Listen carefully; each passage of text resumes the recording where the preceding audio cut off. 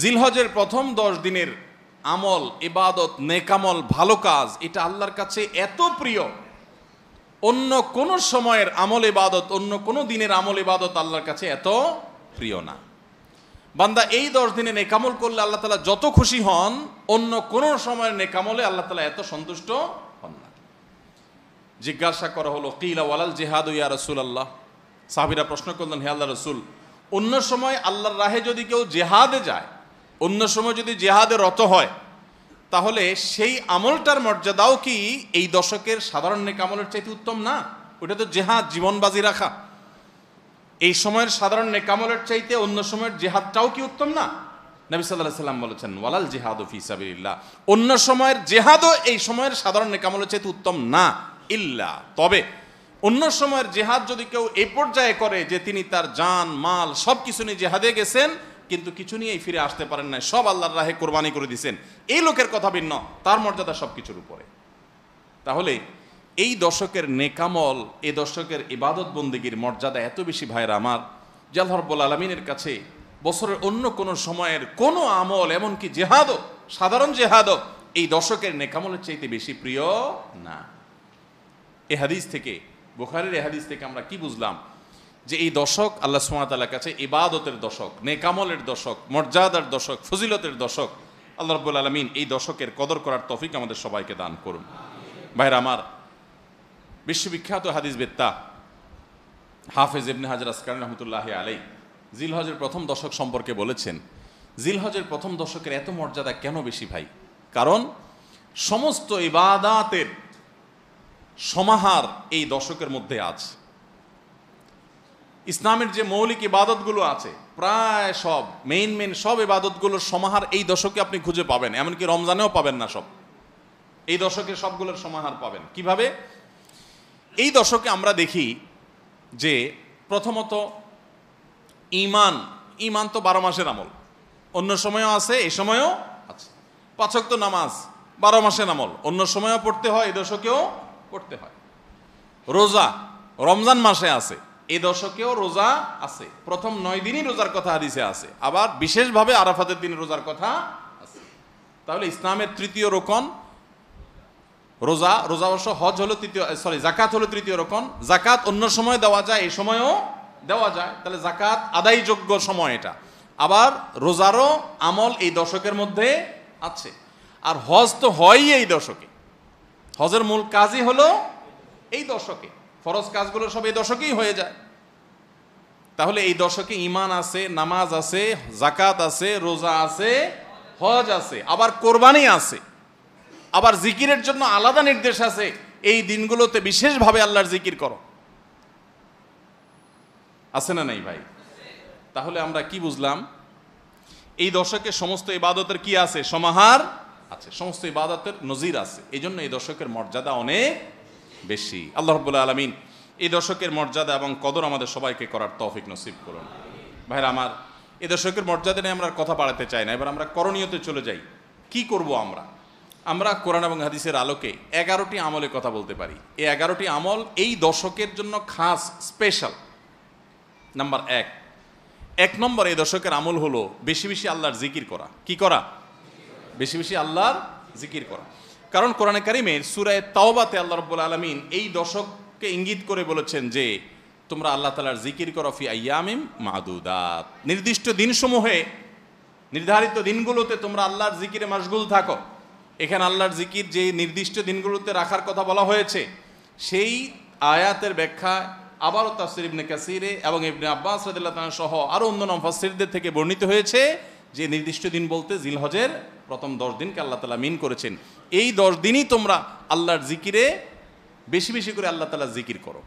তাহলে জিকির শুধু না, পরিমাণে বাড়িয়ে বাড়িয়ে বেশি বেশি পরিমাণে জিকির করতে হবে এই দশকে। আল্লাহ তাআলার স্মরণ অন্তরে হবে, মুখে আল্লাহ তাআলার জিকির চলবে, কাজের মাধ্যমে জিকিরের আমল চলবে, অন্তরের স্মরণের মাধ্যমে, মুখে জিকিরের মাধ্যমে। কোরআনের তেলাওয়াত একটা জিকির, তাসবিহগুলো একটা জিকির, তাহমিদ আল্লাহর প্রশংসা একটা জিকির, এরকম যত জিকির আছে এই দশক হলো জিকিরের দশক। সবচেয়ে বেশি জিকির চলবে, সবচেয়ে বেশি কি চলবে? জিকির চলবে। দ্বিতীয়ত যে আমলটি চলবে তা হলো যে কোনো নেক আমল। যে কোনো নেকামল। কারণ একটু আগে আমরা হাদিস শুনলাম যে নবী করিম সাল্লাল্লাহু আলাইহি ওয়াসাল্লাম বলেছেন, মা মিন আইয়ামিন আল আমালুস সালিহু ফিহিন্না আহাব্বু ইলাল্লাহ মিন হাযিহিল আইয়াম। এই জিলহজের 10 দিনের চাইতে অন্য কোনো দিনের নেকামল আল্লাহর কাছে বেশি প্রিয় না। মাস হিসাবে রমাদান সবচেয়ে সেরা, আর দিন হিসাবে খুচরা দিনগুলোর মধ্যে রমজানের বাইরে সবচেয়ে সেরা কোনটা? জিলহজের প্রথম দশক। রমজানের পরে মর্যাদার বিচারে সবচেয়ে বেশি মর্যাদাপূর্ণ দশক হলো এই দশক। এই জন্য এই দশকে আমল করলে আল্লাহর কাছে এত প্রিয় যে অন্য কোনো সময়ের আমল আল্লাহর কাছে এত প্রিয় না। এই জন্য এই দশকের দ্বিতীয় আমল হলো বেশি বেশি নেকামল করা। বেশি বেশি কি করা? নেকামল করা। রুটিন যে নামাজগুলো আছে, কাজগুলো আছে, সেগুলো বিশেষ ইহতেমামের সাথে করা। অন্য সময় আপনি নামাজের টুকটাক গাফলতি করেন, কিন্তু এই দশকে মোটেই করবেন না। অন্য দশকে আপনার ফজরের জামাত একটু মিস হয়, এই দশক মোটেই করবেন না। আগে থেকে ইহতেমাম থাকবে যে এই দশক কোনোভাবে ইবাদত থেকে আমি যেন দূরে না থাকি। আল্লাহ তাআলা আমাদের সবাইকে আমলের তৌফিক দান করুন। তাহলে 2 নম্বর আমল হলো বেশি বেশি নেকামল করা এই দশকে। রুটিন নেকামলগুলো যেগুলো সবসময় করতে হয়, এগুলোকে বিশেষ ইহতেমামের সাথে করা, আর আরও নফল আমল বাড়িয়ে বাড়িয়ে করা। আপনি অন্য সময় কোরআন তেলাওয়াত খুব বেশি করতে পারেন না, এই দশকে কোনো অবস্থাতে ছাড়বেন না। অন্য সময় তাসবিহ তেলাওয়াত খুব বেশি হয় না, এই দশকে কোনো অবস্থায় ছাড়বেন না। অন্য সময় নামাজে খুব বেশি খুশু ধরে রাখতে পারেন না, এই দশকে চ্যালেঞ্জ থাকবে যে ধীরস্থিরতার সাথে মনোযোগের সাথে নামাজ পড়ব। এভাবে নেকামলের কসরত করতে থাকবেন আল্লাহর প্রিয় পাত্র হওয়ার পথে। আমরা এগিয়ে যেতে চাইলে এই দশক, এই 10টা দিন আমাদের জন্য বিরাট বড় একটা সুযোগ। আল্লাহ আমাদের সবাইকে তৌফিক দান করুন। 3 নম্বর, এই দশকের করণীয় হলো সকল গুনাহ থেকে অন্য সময়ের চাইতে এই সময়টাতে বেঁচে থাকার জন্য বেশি সচেষ্ট থাকা। গুনাহ তো 12 মাসই আমরা করব না, কিন্তু এই দশক গুনাহ না করার ব্যাপারে চেষ্টাটা একটু বেশি থাকবে। কারণ আপনারা সূরা তওবার একটি আয়াত শুনেছেন, আল্লাহ রাব্বুল আলামিন সম্মানিত 4 মাসের আলোচনা করে বলেছেন, যালিকাদ দীনুল কাইয়্যিম ফালা তাজলিমু ফিহিন্না আনফুসাকুম। এই সম্মানিত মাসগুলোতে তোমরা নিজের প্রতি নিজে অবিচার করিও না। ভাইরা আমার, তার মানে যেই সময়টাতে আল্লাহর নৈকট্য লাভের সুযোগ, ওই সময়টাতে যদি কেউ পাপাচারে লিপ্ত হয়, এর চেয়ে পাপিষ্ঠ আর কে আছে? এই জন্য আল্লাহ রাব্বুল আলামিন আমাদেরকে দরদের সাথে বলছেন, ভাষা খেয়াল করেন, ফালা তাজলিমু ফিহিন্না আনফুসাকুম, তোমরা নিজের পায়ে নিজে কুঠারাঘাত করিও না। এই 10 দিন না, শুধুমাত্র এই পুরো সম্মানিত 4 মাস, সম্মানিত 4 মাসের ভিতরে টানা 3টা মাস চলছে, জিলকদ, জিলহজ, মুহররম, আরেকটা হলো রজব মাস, রমজানের আগের মাস। তাহলে সম্মানিত 4 মাসের মধ্যে এই 10টা দিন আবার বিশেষ মর্যাদাবান। অতএব এই আয়াতটা এখানে আরো বেশি ফিট হবে, অর্থাৎ পাপাচার থেকে বাঁচার জন্য আলাদা কসরত থাকবে। অন্য সময় আমি গুনাহের কাজ করলেও এই দশকে কোন অবস্থাতে আল্লাহর নাফরমানি করব না। আল্লাহ আমাদের সবাইকে বেঁচে থাকার তৌফিক দান করুন। ভাইরা আমার, তাহলে 3 নম্বর আমল আমরা পেয়ে গেলাম। 4 নম্বর আমল হলো যাদেরকে আল্লাহ তাআলা সামর্থ্য দিয়েছেন তারা হজ করবেন। এই দশক হজের আমলের মাস, আমলের দশক, এই দশকেই হজ হবে। অতএব যাদের তৌফিক দিয়েছেন আল্লাহ তাআলা, তারা কি করবেন? হজ করবেন। এটা এই দশকের আমল। এটা হলো 4 নম্বর আমল। 5 নম্বর আমল হলো যাদেরকে আল্লাহ সামর্থ্য দিয়েছেন তারা এই দশকে কোরবানি করবেন। কারণ কোরবানি এমন একটা আমল, নবী করিম সাল্লাল্লাহু আলাইহি সাল্লাম মদিনা হিজরত করেছেন, এরপর থেকে প্রতি বছরই তিনি কি করেছেন? কোরবানি করেছেন। আল্লাহ নির্দেশ করেছেন, ফাসাল্লি লিরাব্বিকা ওয়ানহার, তুমি তোমার রবের নির্দেশ পালনার্থে নামাজ আদায় করো এবং কোরবানি করো। তো এই জন্য ঈদুল আজহা অর্থাৎ এই জিলহজের প্রথম দশকের শেষ দিন অর্থাৎ 10ম দিনে কোরবানির আমলটা করা, এটা যাদের সামর্থ্য আছে তাদের জন্য প্রযোজ্য। এই দশকের একটা আমল হলো কি করা? কোরবানি করা। কয়টা আমল গেল? 5টা। 6 নম্বর হলো যাদের কোরবানি করার ইচ্ছা আছে তারা জিলহজের চাঁদ ওঠার আগে জিলকদ মাসের শেষ দিনের মধ্যে তাদের হাতের নখ, চুল, গোফ, অবাঞ্ছিত লোম এগুলো সব কেটে পরিষ্কার করে ফেলবেন এবং এই দশক আর সেগুলোতে হাত দিবেন না। কোরবানি করে তারপরে সেগুলো পরিষ্কার করতে চাইলে করবেন, এই দশকে আর হাত দিবেন না। নবী সাল্লাল্লাহু আলাইহি সাল্লাম বলেছেন, মান আরাদা আন ইউদাহিয়া ফালা ইয়াখুয মিন শা'রিহি ওয়া আযফারিহি শাইআ, যে ব্যক্তি কোরবানি করার এরাদা করেছে, নিয়ত করেছে, সেই জন্য তার চুল, নখ এগুলো না কাটে। ওই 10 দিন জিলহজের চাঁদ উঠছে আর কাটবেন না, চাঁদ উঠার আগে কেটে ফেলবেন এবং কোরবানির পরে যায় কাটবেন। এই 10 দিন বিরত থাকা। তবে অন্য আরও বিভিন্ন রেওয়ায়াত থেকে, বর্ণনা থেকে বোঝা যায় যে এই আমলটা শুধু যিনি কোরবানি করবেন তিনি নয়, যিনি কোরবানি করবেন না, কোরবানি করার সামর্থ্য নাই, তিনিও এই আমল করতে পারেন, তাহলে আল্লাহ তাআলা তাকে কোরবানি করার সওয়াব দান করবেন।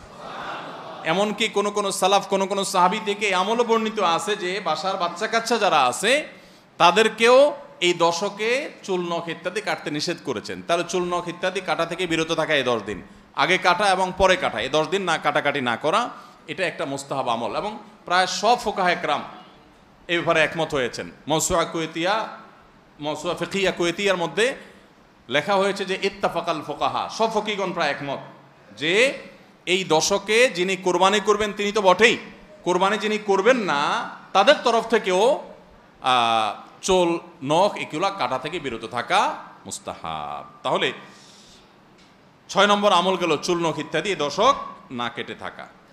7 নম্বর আমল হলো এই দশকে বেশি বেশি তাকবীর পাঠ করা। এটা তাকবীরে মুতলাক বলা হয়, সাধারণ তাকবীর।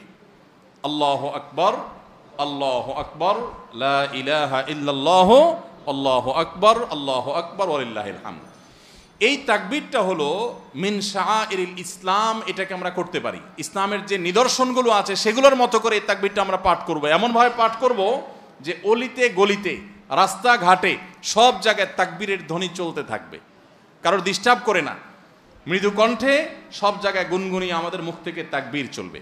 জিলহজের প্রথম দশকে এই আমলটা সম্পর্কে নবী করিম সাল্লাল্লাহু আলাইহি ওয়াসাল্লামের ভাষ্য খেয়াল করেন। তিনি বলেছেন ফাকসিরু ফীহিন্না মিনাত তাকবীরি ওয়াত তাহলিলি ওয়াত তাহমিদ। জিলহজের প্রথম দশক যখন শুরু হয় তোমরা বেশি বেশি করে তাকবীর পড়ো, বেশি বেশি করে তাহমিদ পড়ো, বেশি বেশি করে তাহলিল পড়ো, অর্থাৎ আল্লাহু আকবার, আল্লাহু আকবার, লা ইলাহা ইল্লাল্লাহ, আল্লাহু আকবার, আল্লাহু আকবার, লিল্লাহিল হামদ, এটা বেশি বেশি করে পাঠ করো। এটা নবী সাল্লাল্লাহু আলাইহি ওয়াসাল্লাম নির্দেশ করেছেন। তাহলে কয় নম্বর আমল গেল? 7 নম্বর আমল বেশি বেশি করে তাকবীর তাহমিদ তাহলিল পড়া।